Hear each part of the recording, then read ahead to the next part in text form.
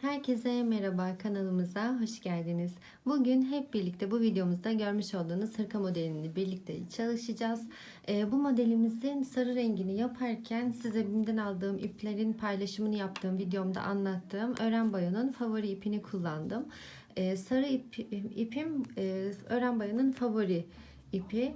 Videoyu yapacağımız mavi rengimiz, denediğimiz modelimiz ise Kartopu Baby One anti peeling özellikli bir ip. Renk kodu da bu şekilde. Siz tabi istediğiniz renklerde ve tonlarda yapabilirsiniz. Şiş numaram 4 numara şiş kullandım ikisinde de. Şöyle bir şey söyleyeceğim size. İki ip arasındaki şöyle size kalınlık farkını göstereyim. O yüzden aynı ölçülerde yaptığınızda mesela biraz daha kalın bir ip alırsanız hırkanız biraz daha büyük olacaktır. Ama bu kar topuyla yaptığımız bir tık daha küçük oldu. Yani mesela sarı ipimizle yaptığımız 2-3 yaşa uyumlu olabileceğini düşündüğümüz ölçülerde oldu. Bu mavi renk ipimizle yaptığımızda 6-12 ay, 1,5 yaşa da uyabilir. Bu şekilde oldu ölçülerimiz. Siz de yine tabii ki de ölçülerini istediğiniz gibi ayarlayabilirsiniz. Videoda verdiğimiz sayılarda yaparsanız aldığınız, kullandığınız ipe göre modelin ölçüsü değişecektir. Dediğim gibi eğer orta kalınlıktan biraz daha kalın bir ip kullanırsanız biraz daha büyük bir hırka elde edeceksiniz. Ama kar topunun orta kalınlıktaki şu bebe iplerini kullanırsanız biraz bir tık daha farklı bir ölçüye sahip olacaksınız. Dediğim gibi kullandığım şiş numarası 4 numara ikisinde de. Şimdi videomuzun anlatımına geçebiliriz. Modelimizin başlangıcında önce öndeki iki kısmımızı yaparak başlayacağız. Bunu da 32 ilmek atarak şişimize lastik işlemiyle başlıyoruz. 32 tane ilmeğimizi attıktan sonra önce ilk ilmeğimizi örmeden alıyoruz. Daha sonra bir düz örüyoruz ve bir ters örüyoruz. Bu şekilde bir düz, bir ters örerek lastik işlemine başlamış oluyoruz. Bunu zaten 8 sıra yapacağız. Sıra sonuna kadar bu şekilde gelelim.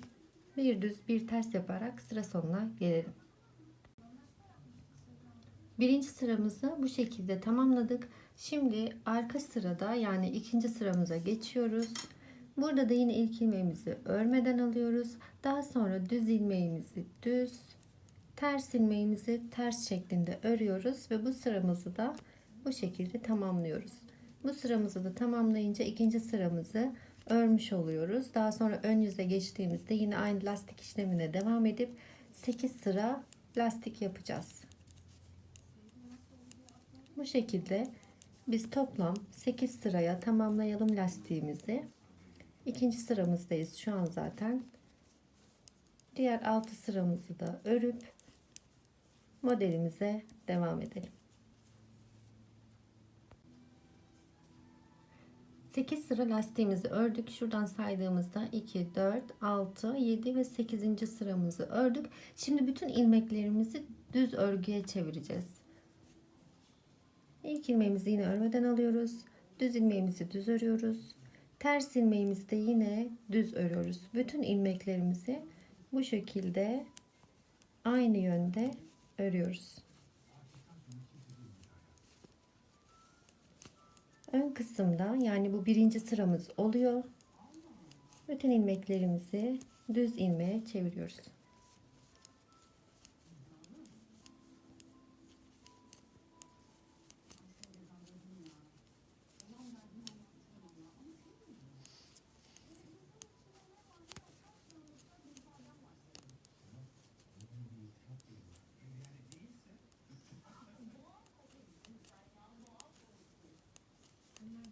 İlk sıramızı bu şekilde ön yüzde düz olarak ördük.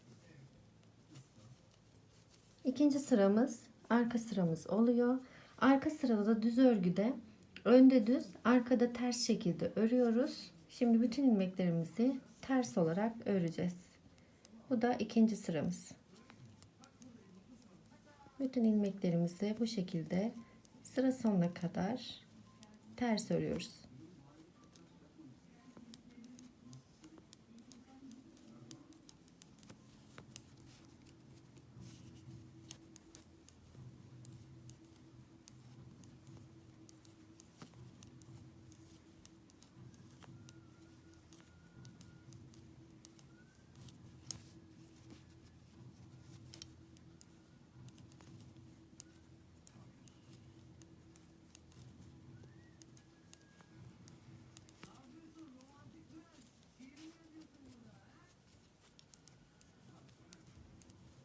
İkinci sıramızı da bu şekilde tamamlamış olduk. Yine aynı şekilde şöyle tamamladık. Ön yüzde bütün ilmeklerimizi düz öreceğiz. Arka yüzde ters öreceğiz. Şimdi önde bir sıra, arkada geldiğimizde ikinci sıramızı ördük. Yine önden düz ilmeklerimizi ördüğümüz sıra sonunda üçüncü sıramızı bitirmiş olacağız. Arka sırada yine bütün ilmeklerimizi ters örerek dördüncü sıramızı bitirmiş olacağız. Bu şekilde toplam 54 sıra, 32 ilmeğimizi 54 sıra öreceğiz. Biz de sıramızı 54 sıraya tamamlayalım. Videomuza devam edelim. 54 sıramızı bu şekilde tamamladık. Şimdi buradan saydığınızda 8 tane haroşamız var. Haroşamızdan sonra 2, 4, 6, 8, 10 bu şekilde sayarak sıra sayınızı tekrar kontrol edebilirsiniz. 54 sıra 32 ilmeğimizi ördükten sonra şimdi eksiltme işlemine başlayacağız. Eksiltme işleminde de şöyle yapıyoruz. Önce sağ sol kısımları örerken ön kısımda bir tarafı, mesela bu tarafı yaparken ilmeği ilk sıra başında kesiyoruz. Ama aynı işlemi diğer tarafta yaparken direkt karşı tarafı olduğu için sıranın sonunda kesme işlemi yapıyoruz. Biz şimdi hırkamızın bu tarafını yaptığımız için ilk önde kesme işlemini yapacağız. Diğer kısmında aynı şekilde yaparken sıra sonunda.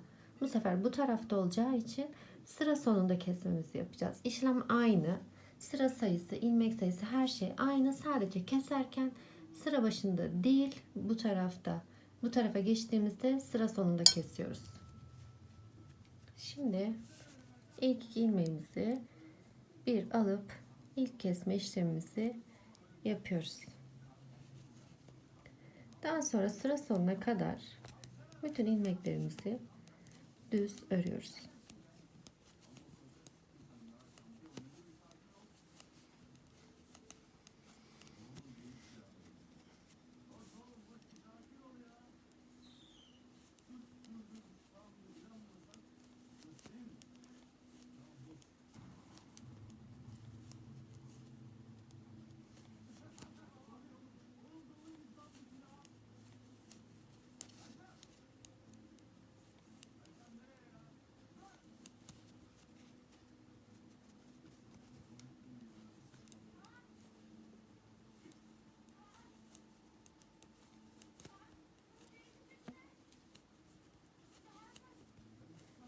Bu şekilde sıra sonuna geldik.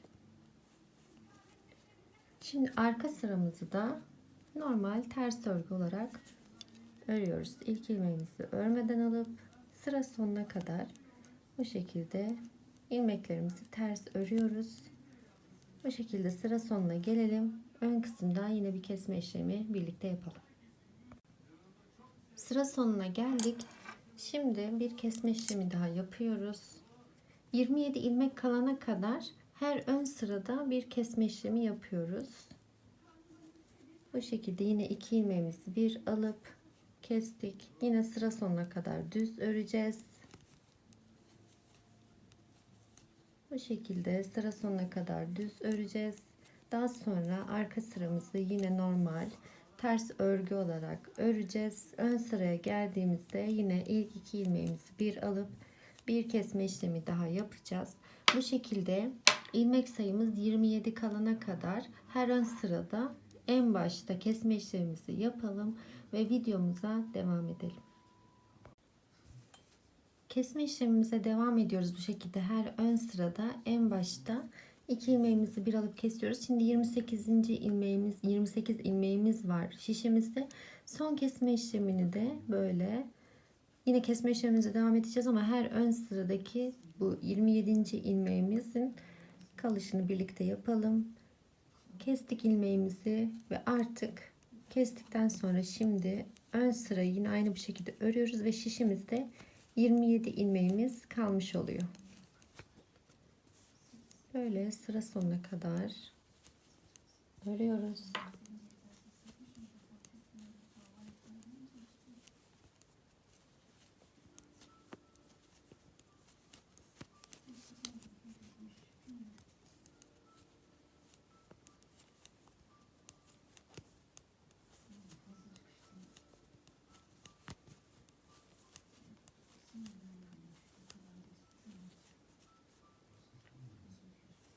Şimdi ilmeğimizi kestik. Şişimizde toplam 27 tane ilmeğimiz kaldı. Bunu da her ön sırada keserek yaptık. Gördüğünüz gibi. Şimdi kesme işlemine şu şekilde devam edeceğiz. 4 sırada bir kesme işlemi yapacağız. Onu da şöyle. Şimdi kesme işlemi yaptık ya, bu birinci sıramız. Arka kısmı örüyoruz. İkinci sıramız.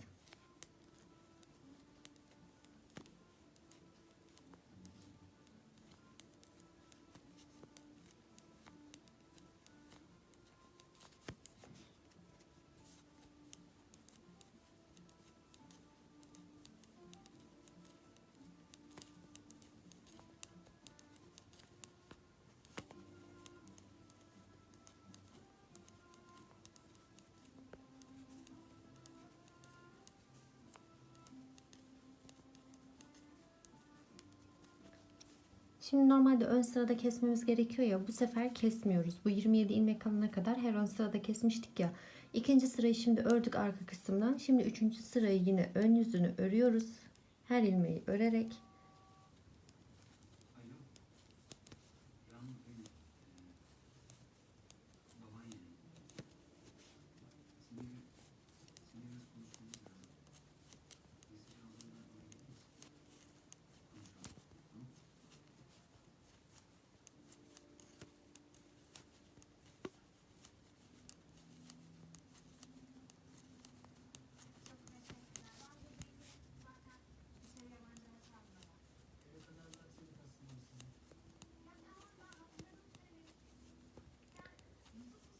Ve üçüncü sırayı da bu şekilde ördük. Şimdi arkayı da örüp dördüncü sıramızı örüyoruz ve önde kesme işlemi yapacağız. Şimdi dördüncü sıramızı böyle arkadan örüyoruz.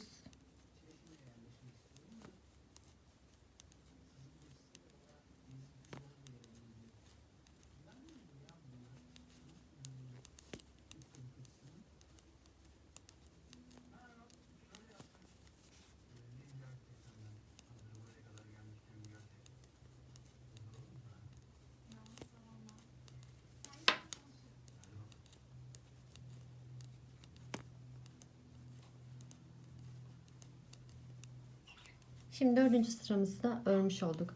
Şimdi ön yüze geldik ve kesme işlemi yapacağız. 2 ilmeğimizi bir alıp kesiyoruz. Ve bütün ilmeklerimizi düz örüyoruz. Kestiğimiz sıra birinci sıramız. Arka yüz ördüğümüzde ikinci, ön yüz ördüğümüzde üçüncü, arka yüz ördüğümüzde dördüncü sıra oluyor ve ön yüze geçtiğimizde kesme işlemi yapıyoruz. Bundan sonraki bütün işlemlerimiz, yani kesme işlemimiz 4 sırada bir oluyor. Bu şekilde 4 sırada bir kesme işlemine devam edeceğiz. Toplam şişimizde 22 tane ilmek kalana kadar böyle 4 sırada bir kesme işlemimize devam edelim ve videomuza bu şekilde devam etmiş olalım. 22 ilmeğimiz kalana kadar kesme işlemine 4 sırada bir devam ettik. Şimdi toplamda şu başladığımız düz ilmeğe başladığımız kısımdan itibaren toplam 94 sıra olana kadar, omuz kısmına kadar şimdi bu örgümüzü devam ettireceğiz.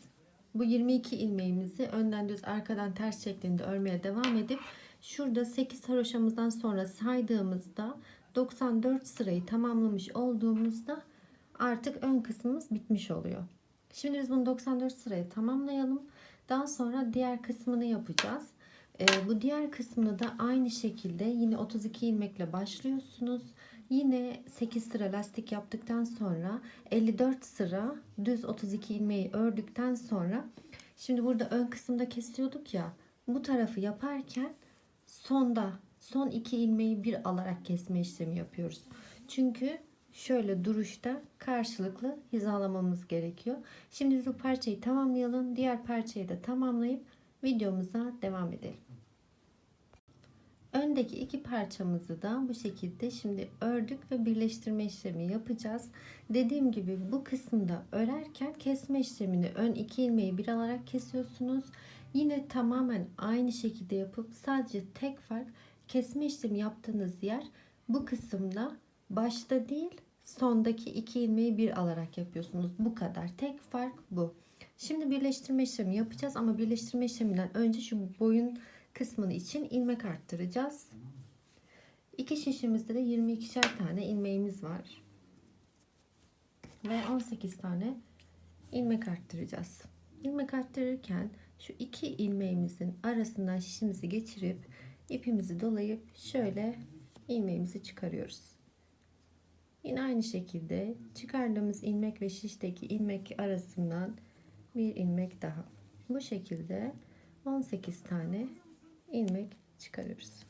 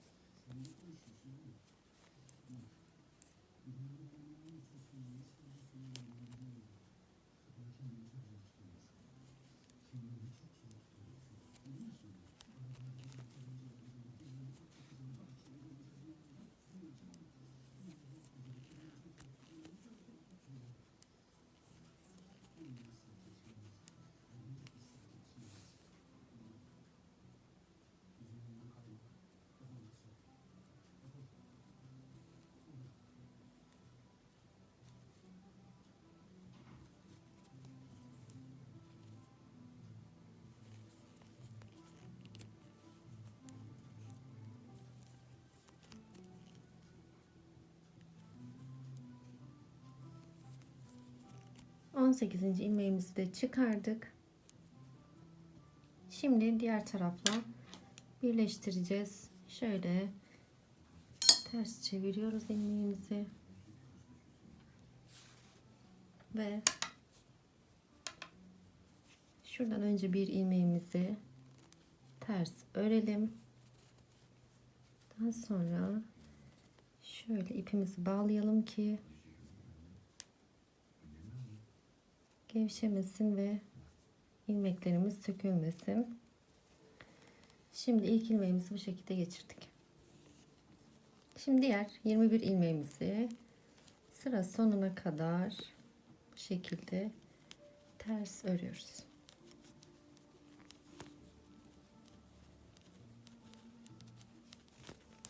Ve böylelikle hem boyun kısmı için ilmek arttırmış hem de artık iki parçayı da birleştirmiş olduk. Omuz kısmında dikiş işlemi yapmamıza gerek kalmayacak.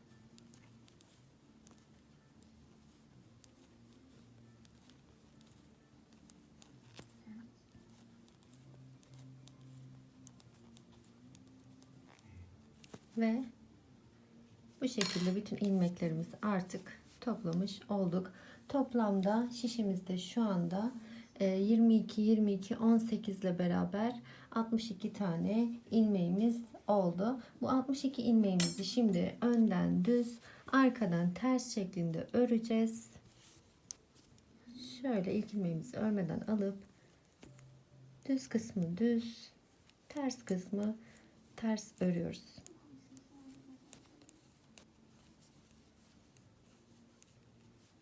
Şurada ilk başladığımız yere ilmek belirleyici ayrıcımızdan takalım.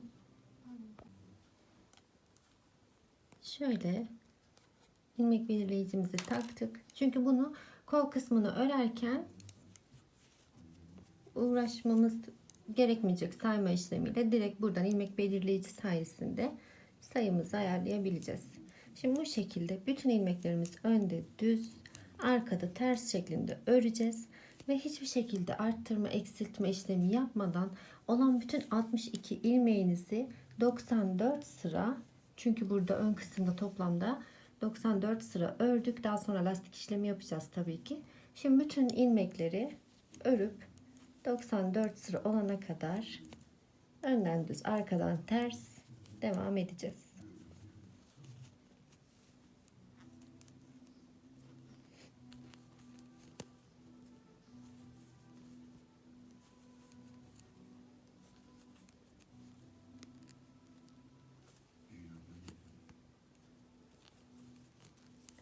Bu şekilde önden düz arkadan ters örmeye devam edelim. Toplam şöyle arka kısımdan 94 sıra olana kadar örgümüzü örelim. Birleştirdikten sonra 64 ilmeğimizi toplam 94 sıra gördüğünüz gibi böyle dümdüz ördük. Önden düz, arkadan ters şekilde. Bu kadar. Başka hiçbir işlem yok arka kısımda. Sadece şimdi şu uç kısmında lastik örgüye çevireceğiz. Bu 94 sıra ördük ya, 94. sıramız gördüğünüz gibi şöyle ön sıradan ördüğümüzde artık arka sıraya geçmiş oluyoruz ve lastik örgümüzü bu şekilde arka sıradan başlatacağız. Yine lastik başladığımız gibi şöyle ilk ilmeğimizi örmeden alıyoruz ve ilk düz örüyoruz. İlmeğimizi, diğer ilmeğimizi ters, düz örüyoruz ve ters örüyoruz. Bu şekilde bir düz bir ters şeklinde ilmeklerimizi lastik örgüye çeviriyoruz.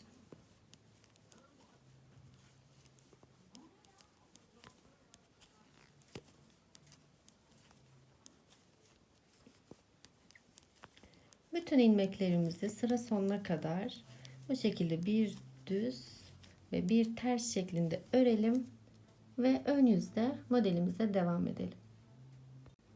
64 dedim ama özür dilerim, 62 tane ilmeğimiz var toplamda bildiğiniz gibi. Birleştirme işleminden itibaren 62 tane ilmeğimiz var. 22 sağ, 22 sol taraftan, önde de 18 ilmeğimizi arttırdık. 62 ilmeğimizi düz şekilde böyle 94 sıra ördük ve arka kısımdan lastik örgüye başladık. Bu ilk sıramızı ördük lastik örgüde. Şimdi ikinci sıramızı ön yüze geçmiş olduk. İkinci sıramızda da lastik örgümüzü yine ilk ilmeğimizi örmeden alıyoruz. Düz ilmeğimizi düz örüp ters ilmeğimizi ters örerek ikinci sıramızı da bu şekilde tamamlıyoruz. Lastik örgümüzü 8 sıra yapacağız. Çünkü biliyorsunuz ön kısma başlarken de 8 sıra lastikle başlamıştık. Arka kısmını da bitirirken yine eşit sayıda 8 sıra lastik yaparak modelimizi bitireceğiz. Beden kısmı bu şekilde bitmiş olacak ve kol kısmının yapımına geçeceğiz. Şimdi bu şekilde biz böyle ikinci sıramızı da tamamlayalım. Arka yüze geldiğimizde üçüncü sıramızı örüyor olacağız ve yine aynı şekilde ilmekleri geldiği yönde düz ilmeğimizi düz, ters ilmeğimizi ters şekilde örüp 8 sıraya tamamlayalım ve kapama işlemine geçelim. 8 sıra lastik örgümüzü ördük. Şimdi kapama işlemine geçiyoruz. Ve artık hırkamızın böyle beden kısmını bitirmiş oluyoruz. Kol kısmının yapım aşamasına başlayacağız. Önce kapama işlemini yapıyoruz. Şimdi Arkada düz ilmeğimiz olduğu için şu şekilde düz kesiyoruz. Daha sonra ipimizi öne alıp ters ilmeğimiz var ya, ilmeğimizi geçiriyoruz ve bu şekilde iki ilmeğimizi şöyle kesiyoruz. Daha sonra düz ilmeğimiz için ilmeğimiz geçirip şöyle ip arkadayken ilmeğimizi kesiyoruz. İsterseniz hepsini aynı yönde de kesebilirsiniz. İsterseniz benim gibi bu şekilde bir düz bir ters şeklinde de kesebilirsiniz. Hiç fark etmez.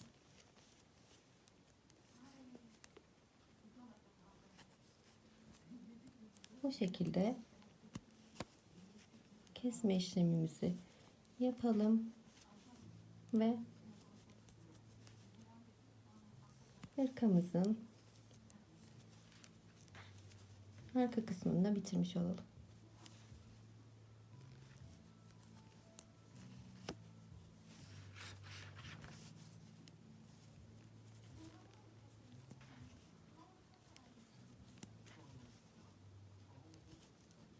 Kapama işlemini yaptıktan sonra ipinizi bir miktar uzun bırakın, çünkü yan kısımlarını dikerken lazım olacak. Bir daha ip geçirmek zorunda kalmadan direkt dikme işlemini yapabilirsiniz.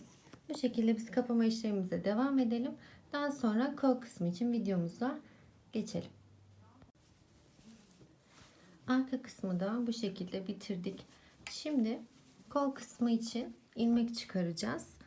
Bu şekilde hırkamızı katladıktan sonra şöyle tam şu ilk orta kısımdan, yani şöyle göstereyim. Tam şu ilmekten, şöyle ilmekten takip ettiğinizde bu orta kısımdan itibaren toplamda burayı 46 ilmek yaptım ben. Şöyle buradan itibaren 23, bununla beraber 24 oldu. Böyle de 22 ilmek. Yani toplam şöyle işaretledim. Şu orta kısım bir ilmek buradan çıkaracağım. Daha sonra burada bir ilmek, toplam 46 olacak. 45 ilmeğim kaldı. 23'ünü buradan çıkarıyorum. 22 tanesini buradan çıkarıyorum. Yani toplam 46 ilmeğim olmuş oluyor. Şimdi ilmek çıkarma işlemine geçebiliriz. İlmek çıkarmayı isterseniz şişle yapabilirsiniz. İsterseniz tığla şişinize geçirebilirsiniz. Ben şu şekilde yapıyorum. Önce tığla bir tane şöyle zincir atıyorum. İlk ilmeğimi çıkaracağım yere, şöyle işaret koyduğumuz yere tığımı geçiriyorum ve şöyle zincirimi içinden bir kere daha geçirip sabitliyorum. Bu benim ilk ilmeğim. Daha sonra tığla da çıkarabilirsiniz, şişle de, tamamen sizin kendi elinizin yatkınlığına göre. Şöyle birinci ilmeğimizi çıkardık ya, şöyle boşluğa, ilk boşluğa ikinci ilmeğimi çıkarıyorum. Tekrar aynı şurada gördüğünüz gibi boşluğa üçüncü ilmeğimi çıkarıyorum. Dördüncü ilmeğim, bu boşluklardan ilmek çıkarıyoruz. 5,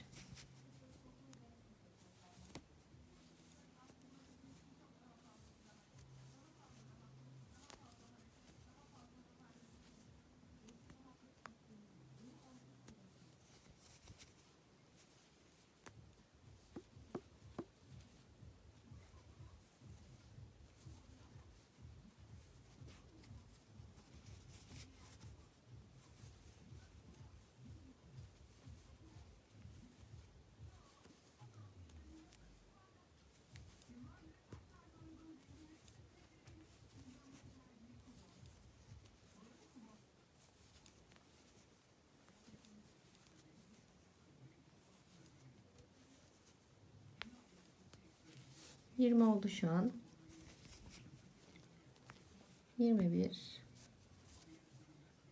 şöyle 21, 22, 23, Ve şu ortaya geldiğimizde 24. ilmeğimizi alıyoruz. İsterseniz buradan 22, buradan 23 yapabilirsiniz. Hiç fark etmez. 24.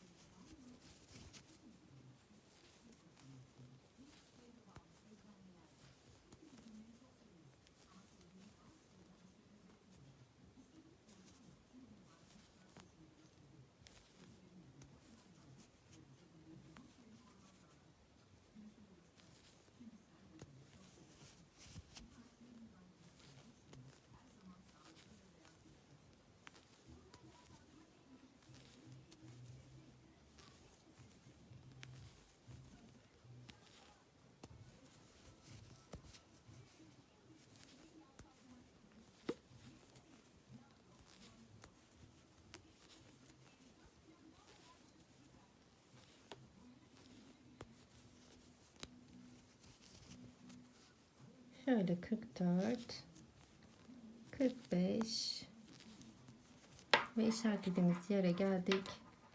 46.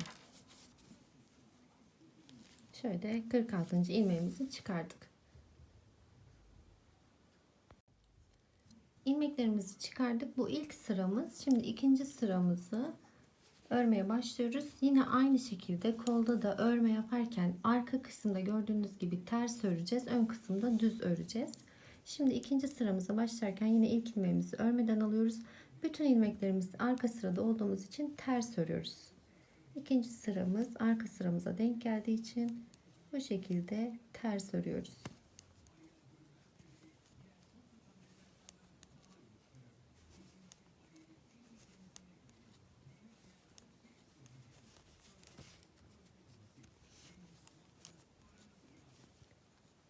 Böyle sıra sonuna ters örerek gelelim.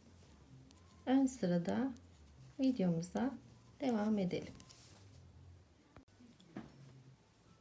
Arka sıramızı ördükten sonra şimdi ön sıraya geldik ve 3. sıramıza başlıyoruz. İlk ilmeğimizi yine örmeden alıyoruz. Ön yüzde olduğumuz için örgümüzün bütün ilmeklerimizi düz öreceğiz. Bu şekilde 3. sıramızı da örüyoruz.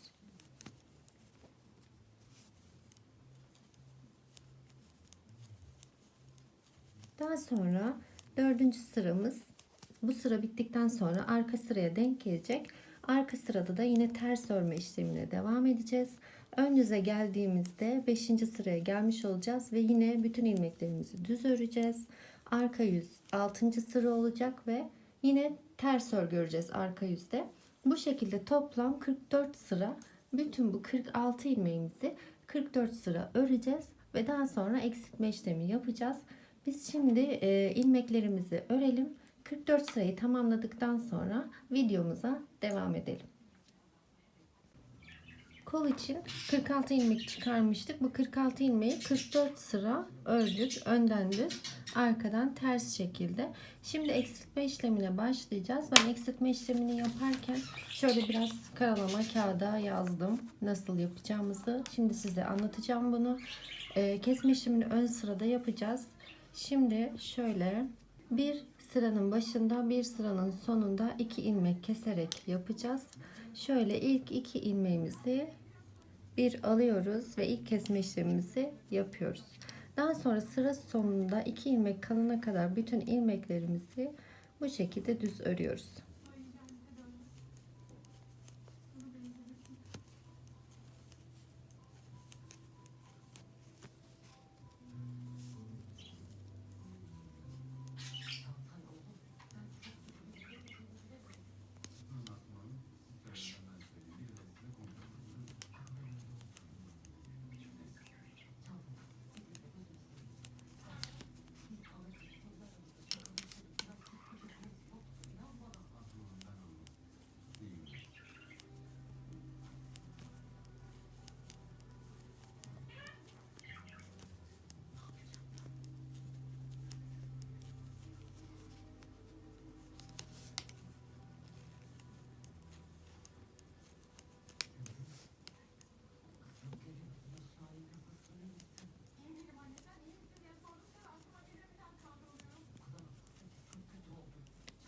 Ve son 2 ilmeğimiz kaldı. Şimdi ikinci kesme işlemimizde şöyle sondaki 2 ilmeğimizi bir alarak kesiyoruz ve toplam 42 tane, pardon 44 tane ilmeğimiz kalmış oluyor. Arka sırada bütün ilmeklerimizi aynı şekilde ters örüyoruz. Kesme işlemimizi yaptıktan sonra böyle arka sırayı da örüyoruz. Kesme işleminden sonraki ikinci sıramız, arka sıramız. Bu şekilde sıra sonuna gelelim. Ve kestikten sonra kestiğimiz sırayı birinci sıra olarak sayıyoruz. Arka sırayı ördük. İkinci sıramızı örmüş olduk. Ön sıraya geldik. Kesme işlemi yapmıyoruz. Bütün ilmeklerimizi düz örüyoruz. Bu da üçüncü sıramız oluyor. Bu şekilde ön yüzdeki bütün ilmeklerimizi yine düz örüyoruz. Üçüncü sıramız oluyor bu. Daha sonra arka yüzü örüp dördüncü sıramızı örmüş oluyoruz. Yine ön yüze geldiğimizde ilmek kesmeden, ben kesme işlemine geldiğimizde zaten tekrar videoya devam edeceğim. Bu şekilde üçüncü sıramızı şimdi örüyoruz. Arkaya sıraya geldiğimizde dördüncü sıramız olacak. Ön sıraya geldiğimizde beşinci, arka sıraya geldiğimizde altıncı sıra olacak. Bu şekilde toplam 10 sıra örelim. 10 sıra ördükten sonra yine örgümüzün ön yüzünde olacağız ve bir eksiltme işlemi daha yapacağız. Şimdi biz bu 3. sıramızı tamamlayıp daha sonra yine 4. 5. 6. 7. 8. 9. ve 10. sıramızı da ördükten sonra videomuza ikinci kesme işlemiyle devam edelim. Kesme işlemimizden sonra şurada gördüğünüz gibi sayınca 2, 4, 6, 8, 9 ve 10. 10 sıra toplamda kestiğimiz sırayla beraber örmüş olduk. Ben size şöyle bir yöntem söyleyeceğim. Bir de ben kendim çünkü böyle not alıyorum unutmamak için. Çünkü bazen dalgınlıkla unutabiliyorum sıralamayı. Ön sırada 2 tane ilmek kesmiştik ya. Daha sonra arka sırayı örüyoruz. Ön sırayı örüyoruz. Ben bu şekilde yazıp sıralamayı daha sonra hem dalgınlıkla unutmayayım diye bu şekilde çentik atarak hangi sırada kaldığımı takip ediyorum. Siz de isterseniz böyle yapabilirsiniz. Şimdi biz ilk bu şekilde kesme işlemimizi yaptıktan sonra örgümüzü ördük. Şimdi diğer kesme işlemine geldik. Şimdi önde 2 tane ilmek keseceğiz. Yine sıranın başında ve sonunda birer birer 2 ilmek daha kesmiş olacağız. Şöyle ilk 2 ilmeğimizi bir alıyoruz ve bir ilmek sıra başında kesmiş oluyoruz. Daha sonra sıra sonuna kadar bütün ilmeklerimizi düz örüyoruz.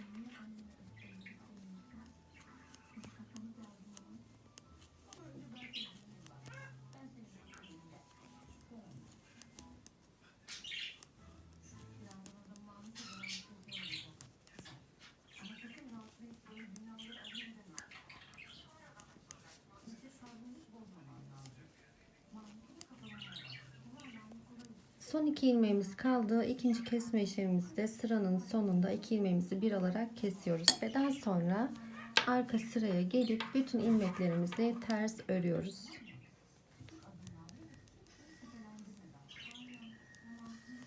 Bu şekilde arka sırada bütün ilmeklerimizi ters örüyoruz. Bu sırayı ördükten sonra şöyle çentiğimi atıp sıramı tamamladığımı buradan takip ederek şöyle gördüğünüz gibi yine tam kestiğim sırayla beraber 10 sıraya tamamlayana kadar örgümü öreceğim. Kestikten sonra şu 9 sıra öreceğiniz sırada kesme işlemi yapmıyorsunuz. Aynı şekilde kalan 42 ilmeği önden düz arkadan ters şekilde örüyorsunuz. Biz de şimdi böyle 10 sıraya tamamlayalım ve diğer kesme işlemiyle videomuza devam edelim. Sıramızı tamamladıktan sonra şimdi burayı tamamlamış olduk. Şimdi 3. kesme işlemine geçiyoruz. Yine önde ve arkada, yani sıranın başında ve sonunda birer tane ilmek keseceğiz.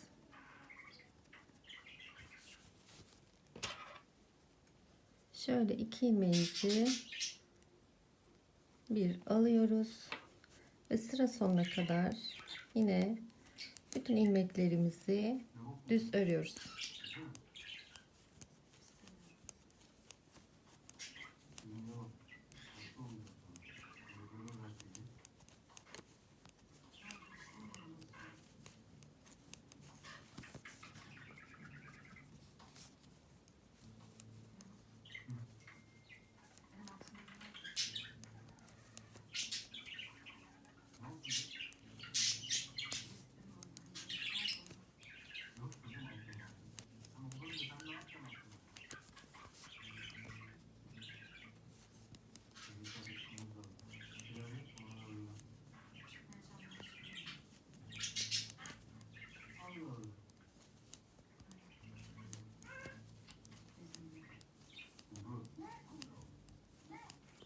Sıra sonuna geldik. Yine 2 ilmeğimizi bir alıp ikinci kesme işlemimizi yapmış olduk. Şimdi bunu yaptıktan sonra arka sırasını yine ters öreceğiz.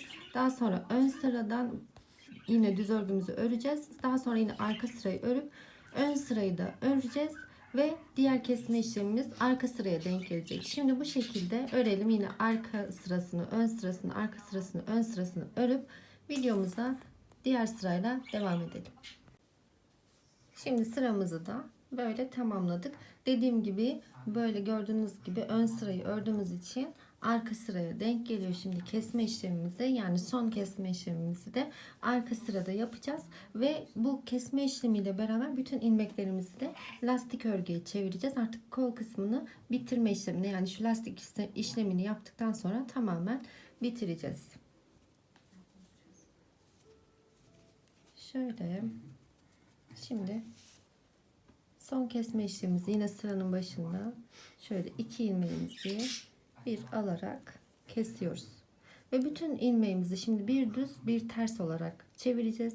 İlk ilmeğimizi şöyle düz örüyoruz. İkinci ilmeğimizi ters, düz, ters,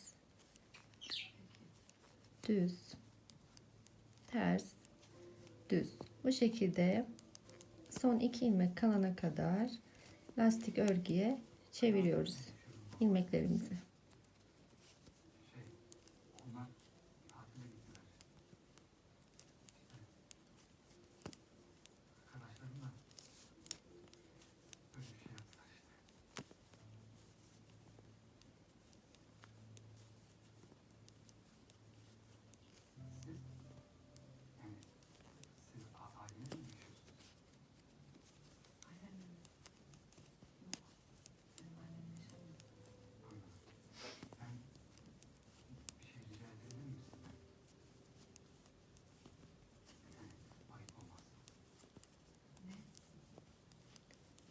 Şimdi son 2 ilmeğimiz kaldı ve bu 2 ilmeğimizi de bu şekilde ters kesiyoruz. Şimdi yani başta ve sonda da birer ilmek kesip son kesme işlemimizi yaptık. Artık şişimizde 38 tane ilmeğimiz var. Birinci sıramızı örmüş olduk. Şimdi ikinci sıramıza başlarken ilk ilmeğimizi örmeden alıyoruz. Düz ilmeğimizi düz, ters ilmeğimizi ters şekilde örerek ikinci sıramızı da bu şekilde tamamlıyoruz. Kesme işlemi yapmıyoruz artık. 38 ilmeğimizi 8 sıra bu şekilde lastik öreceğiz ve daha sonra tamamen kapama işlemini yapıp artık işlemimizi bitirmiş olacağız. Bu şekilde şimdi ikinci sıramızı örüyoruz. Toplam 8 sıra lastik örgümüzü tamamlayalım ve kesme işlemiyle videomuza devam edelim. 8 sıra lastiğimizi yaptık. Şimdi artık kapama işlemine geçiyoruz.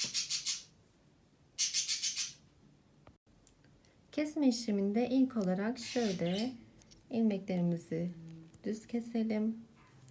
Daha sonra ters örgümüzü denk geldiği için şöyle ben ilmekleri yönüne göre alıp kesiyorum.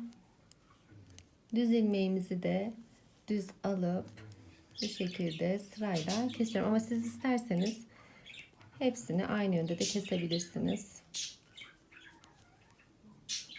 Bu şekilde ilmeklerimizi kesip işlemimizi bitiriyoruz.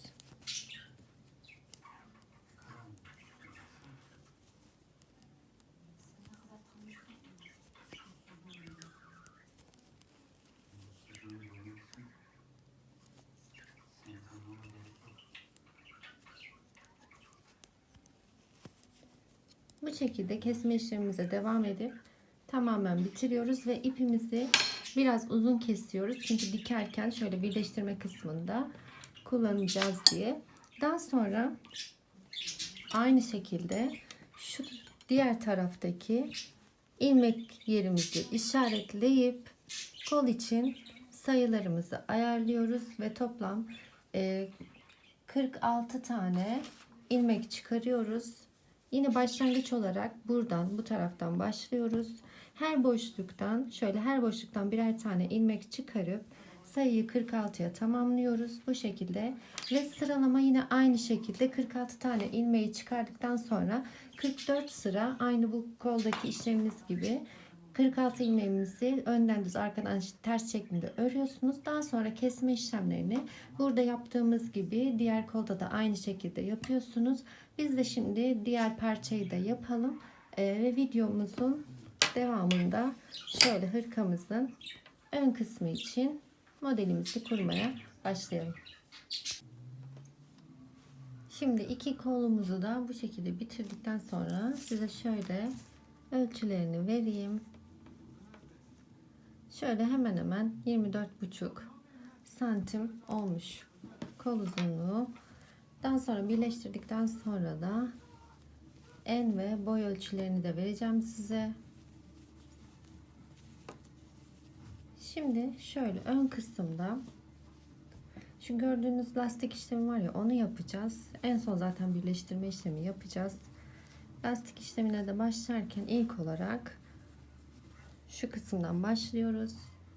Şöyle hemen buradan ilmek çıkarmaya başlayacağız. Şimdi sırayla ilmek çıkarmaya başlayalım. İlmek çıkarma işlemini hemen şöyle en uç kısımdan, tabi şöyle bir de ilk bir zincir çekip ilmeğimizin kaymaması için şöyle bir zincir çekiyoruz ve hemen şu ilk boşluktan ilk ilmeğimizi şöyle çıkardık. Bunu hemen şişimize geçiriyoruz. İsterseniz tığla, isterseniz şişle ilmekleri çıkarmaya başlıyorsunuz. İlmekleri hemen şöyle gördüğünüz gibi bu aralardan birer birer ilmek çıkaracağız. Şöyle tığla isterseniz şişle şu şekilde hemen boşluklara batıp ilmeklerinizi çıkarabilirsiniz. Bu şekilde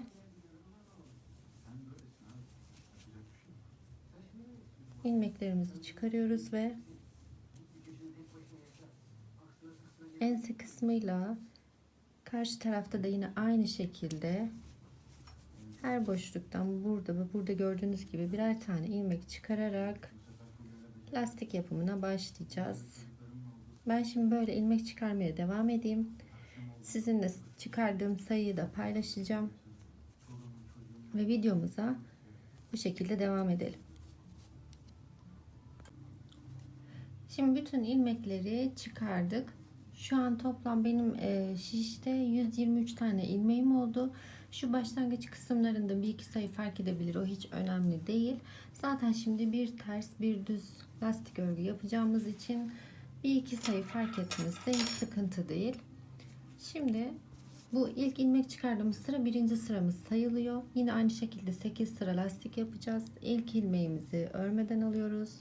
Birinci ilmeğimizi düz, ikinci ilmeğimizi ters, yine aynı şekilde düz, ters örgü yaparak yaka kısmında da lastik örgümüzü uygulamaya başlıyoruz. Bu şu an bizim ilmek çıkardıktan sonraki sıramız ilmek çıkardığımız sıra birinci sıramızdı. Şimdi düzenlediğimiz sıramız ikinci sıramız. Ve bunu da yine toplam 8 sıra bu şekilde lastik örgü yapacağız. Daha sonra hırkamız tamamen bitmiş olacak. Bu şekilde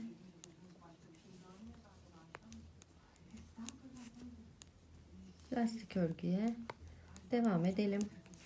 Sıra sonuna gelip 3. sıramızın başlangıcını da yine birlikte yapalım.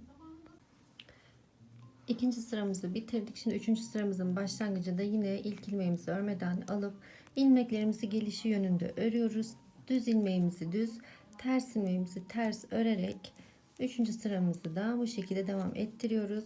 Daha sonra 4. sıramızda yine, yani arka sırada olacak, ilmekleri geldiği yönünde örüp lastik örgümüzü devam ettiriyoruz. Toplam 8 sıra ördükten sonra da kapama işlemini yapacağız. Biz de şimdi 8 sıraya tamamlayalım örgümüzü ve daha sonra kapama işlemini yapıp şu kenarlarda böyle kenarlarını ve kolları diktikten sonra tamamen bitireceğiz hırkamızı.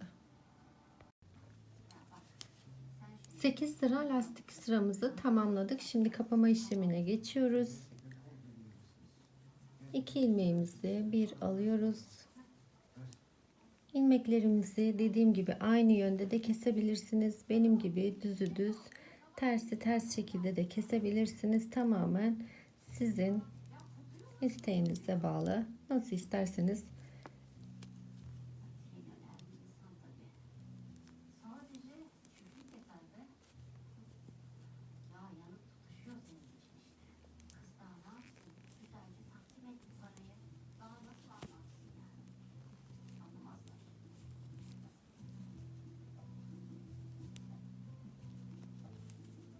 Bu şekilde bütün ilmeklerimizi keseceğiz.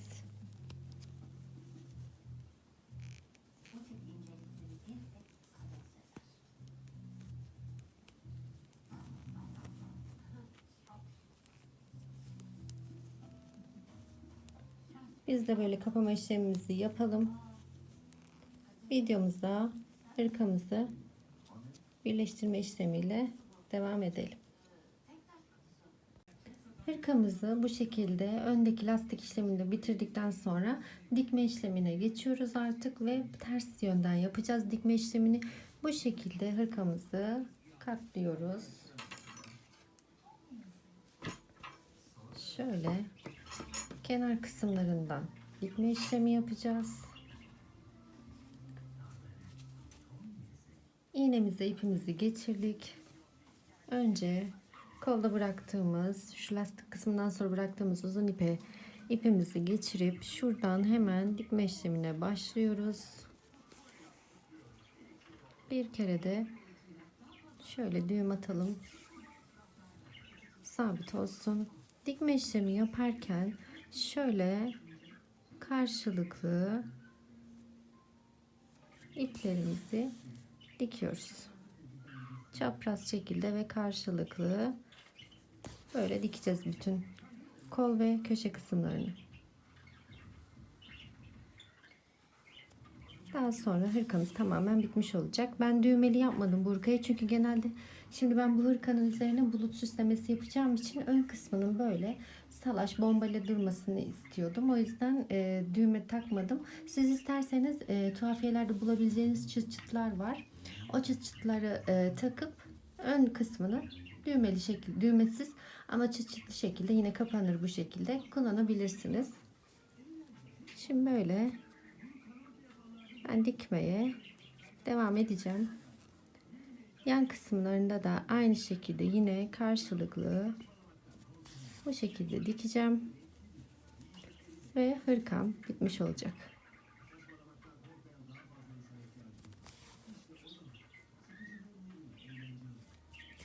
Siz de bu şekilde dikme işlemini yaptıktan sonra artık tamamen hırkayı bitirmiş oluyorsunuz. Ve şimdi bu dikme işlemlerini tamamlayalım. Daha sonra videomuzu hırkamızın son haliyle bitirelim. Birleştirme işlemlerini yaptıktan sonra artık hırkamız son halini almış bulunuyor.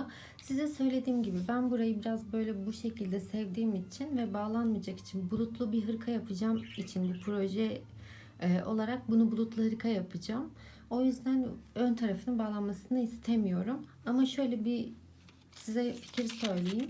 Bu şekilde çıt çıtlarla isterseniz buraya dikebilir. Bu şekilde de yine hırkayı kullanabilirsiniz. Yapacak olanlar bunu deneyebilirler. Şu şekilde ben size ön kısmı ölçüsünü de vereyim.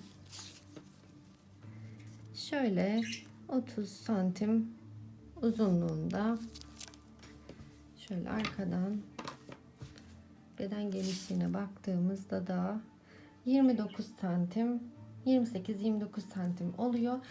Bu hırkanın uzunluğu ve ölçülerine baktığımızda 6-12 aya uyumlu olabileceğini düşünüyorum ben bu hırkanın. Bu şekilde yapıp deneyip kullanabilirsiniz.